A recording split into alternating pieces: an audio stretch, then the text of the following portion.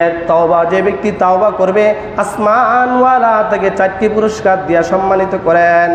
আল্লাহ রাব্বুল আলামিন বলেন, যে বান্দা আমার তওবা করবে ওই বান্দাকে আমি 4টা পুরস্কার দেই। 1 নাম্বার পুরস্কার হলো, আমার যেই বান্দা খাস দিলে গুনার দিকে তাকায়া তওবা করলো, আমি আল্লাহ রাব্বুল আলামিন ওই বান্দাকে আমি না হাবিব বানায় নেই। হাবিব মানে অর্থ হলো বন্ধু, আমি আল্লাহ তাআলা না বন্ধু বানায় নেই। যে ব্যক্তি তওবা করবে আমি আল্লাহ রাব্বুল আলামিন সর্বপ্রথম পুরস্কারটাই হলো আমি হাবিব বানাবো, আমি বন্ধু বানাবো, আমি আমার ওই বান্দাকে সবচেয়ে বেশি ভালোবাসবো। আল্লাহ রাব্বুল আলামিন বলেন, যে ব্যক্তি না তওবা করবে 2 নাম্বার পুরস্কার হলো আল্লাহ রাব্বুল আলামিন ওই বান্দার জিন্দেগির সমস্ত গুনাহগুলো মাফ করে দেবেন। যে কেমন মাফ করবেন? কাপড়ের মধ্যে ময়লা লাগলে, কাপড় ধৌত করলে ময়লা থাকে না, যেই বান্দা তওবা করবে করার সঙ্গে সঙ্গে তার একটা গুনাহ তার শরীরের ভিতরে থাকবে না, সব গুনাহগুলো আল্লাহ তাআলা মোচন করে দেন। যে ব্যক্তি তওবা করবে 3 নাম্বার পুরস্কার হলো, যেরকম ভাবে আল্লাহ তাআলার সাথে শয়তান বলছে, ইয়া আল্লাহ তোমার বান্দাদেরকে না আমি শুধু জাহান্নামের দিকে নিয়ে যাব, গুনাহের দিকে নিয়ে যাব। আল্লাহ রাব্বুল আলামিন বলে, শয়তান যেই বান্দা না খাস দিলে তওবা করেছে ওই বান্দার না জিম্মাদার আমি। না না না, তুই ওই বান্দারকে তুই গুনার কাছে নিতে পারবে না যেই বান্দা না আমার কাছে তওবা করেছে। আমার যেই বান্দা আমার কাছে তওবা করেছে ওই বান্দার জিম্মাদার আমি। ওই বান্দাকে তুই কোনো গুনার কাজে নিতে পারবে না। না না, তুই কোনো গুনার কাজে নিতে পারবে না, কারণ ওই বান্দার জিম্মাদার হলাম আমি আল্লাহ রাব্বুল আলামিন।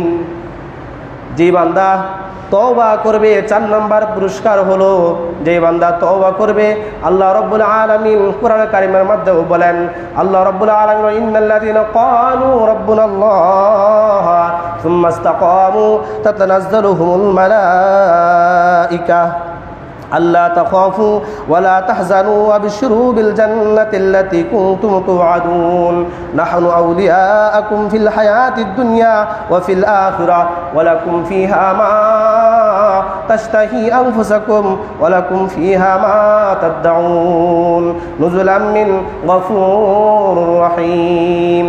আল্লাহ রাব্বুল আলামিন বলেন, যেই বান্দা না আমার কাছে তওবা করবে ওই বান্দা আমি মৃত্যুর আগে আমি আসমান থেকে না ফেরেশতা পাঠাবো এই বান্দাকে ইস্তিগফারি করে আনার জন্য, এবং এই বান্দা দুনিয়াতে যার জীবনযাপন করেছে সে যে মৃত্যুবরণ করবে সে কোথায় থাকবে তার বাসস্থান তার ঠিকানাটা দেখানোর জন্য আমি আল্লাহ রাব্বুল আলামিন না ফেরেশতা পাঠাবো। ফেরেশতা বাড়ানোর পরে ফেরেশতারা আয়েশা সালাম দিবে আর বলবে, এই যে দেখো তুমি ওই জায়গা তোমার স্থান, তুমি এখানে থাকবে। তুমি দুনিয়াতে যেরকমভাবে তোমাদের সঙ্গে আমি ছিলাম মৃত্যুর পরেও তোমার সঙ্গে আমি থাকবো। তুমি কেন কান্নাকারি করতেছ? তুমি কেন মন খারাপ করতেছ?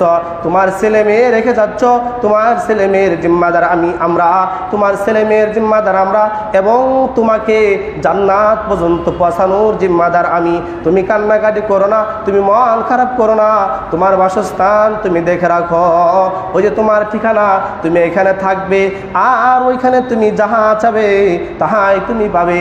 এই জন্য যাহা চাবে তাহাই পাবে। দুনিয়াতে তোমার মালিক তোমার সঙ্গে না ওয়াদা করেছিল যে তুমি এই কাজগুলো যদি করো, তোমার মাওলার হুকুম যদি তুমি পূর্ণ করো, তোমার হাবিবের তরিকা মতন যদি তুমি জীবন যাপন করো, তাহলে তোমার মালিকে তোমাকে এই পুরস্কার দেবে। তোমার পুরা হায়াতের জিন্দেগি না তুমি তোমার রবের হুকুম মতন জীবন যাপন করেছ, তোমার হাবিবের তরিকা মতন জীবন যাপন করেছ, এই জন্য না তোমাদের জন্য ওইখানে এই জান্নাতের ব্যবস্থা করে রাখছে, এবং সুসংবাদ তুমি ওই জান্নাতের গ্রহণ করো যে জান্নাতে ওয়াদা মাওলাই কারীম দুনিয়ার জগতে তোমাদের সঙ্গে করেছে।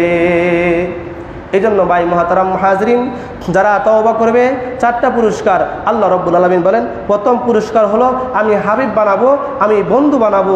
2 নম্বর পুরস্কার আমি সমস্ত গুনাহ মাফ করে দেব।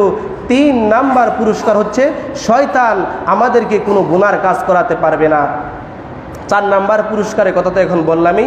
দুনিয়াতেই জান্নাত কোথায় আমি থাকবো, দুনিয়া থেকে সব কিছু দেখতে পারবো। এই জন্য ভাই মহতারাম দোস্তার বুজুর্গ, যেই মানুষ দুনিয়াতে যেইভাবে চলবে মৃত্যুর পরে তাকে কবর থেকে সেইভাবেই কিন্তু সে কবর থেকে উঠবে।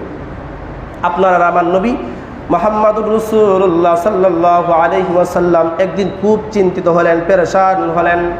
আল্লাহ রাব্বুল আলামিন বললেন, হে জিবরাইল যাও আমার বন্ধুকে সালাম দিয়ে আসো, আর জিজ্ঞাসা করো আমার বন্ধুর চেহারাটা এত কেন কালো হয়েছে, চেহারাটা কেন মলিন হয়েছে, যাও আমার বন্ধুকে তুমি যা জিজ্ঞাসা করো। জিবরাইল আলাইহিস সালাতু ওয়াস সালাম আল্লাহ রাসূলের কাছে আসছেন, সালাম দিলেন, দেওয়ার পরে বললেন, ইয়া রাসূলুল্লাহ, ইয়া হাবিবাল্লাহ, আল্লাহ রাব্বুল আলামিন সালাম দিয়েছেন এবং আপনার এই বিশাল পেরেশান এবং চিন্তিত কারণটা কি আল্লাহ তাআলা না জিজ্ঞাসা করেছেন। রাসূল বললেন, রাসূল